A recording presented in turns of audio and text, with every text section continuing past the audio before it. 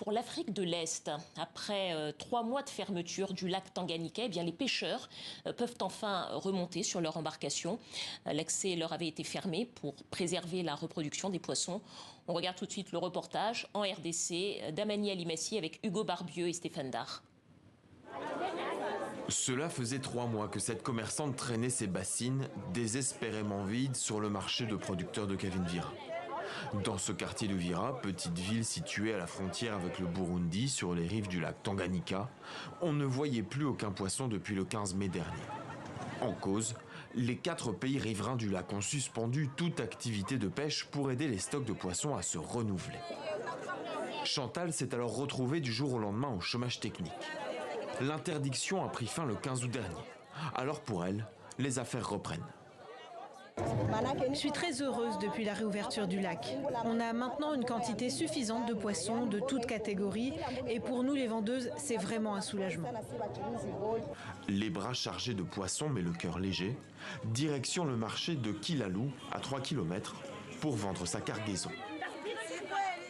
Aujourd'hui, il y a plein de poissons, c'est presque gratuit. Comme espéré ici au marché, les clients sont au rendez-vous. Quand la pêche était interdite, on venait quand même au marché, mais il nous manquait toujours quelque chose. Maintenant que la pêche a repris sur le lac Tanganyika, nous remercions le Seigneur car il y a enfin du poisson. Ici, comme partout ailleurs, le poisson répond à la loi de l'offre et de la demande. Aujourd'hui, Chantal achète une bassine de poissons environ 120 000 francs. Les rares denrées disponibles pendant l'interdiction étaient-elles pêchées clandestinement et revendues jusqu'à 30% plus cher. On achète le poisson en gros et on le revend à bon prix, parce qu'on l'achète aussi à un bon prix. Alors qu'il ne ferme plus le lac, parce que quand le lac est fermé, on souffre de famine. Et moi, je n'ai que ce travail. Dans cette région, le lac est une source majeure de revenus. Si aujourd'hui c'est la joie qui se lit sur le visage des habitants, ces dernières semaines il n'en a pas toujours été ainsi.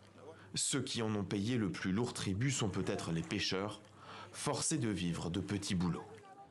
Les uns étaient devenus motards pour amasser 200, 500 francs CFA. On était obligé d'aller cultiver alors que les champs aussi sont rares. On cherchait même le travail d'aide-maçon en ville, mais on ne trouvait pas et parfois on passait la nuit sans manger. Ces habitants semblent s'être déjà réhabitués à l'abondance qu'offre le lac, le plus long du monde et le 2e plus grand d'Afrique.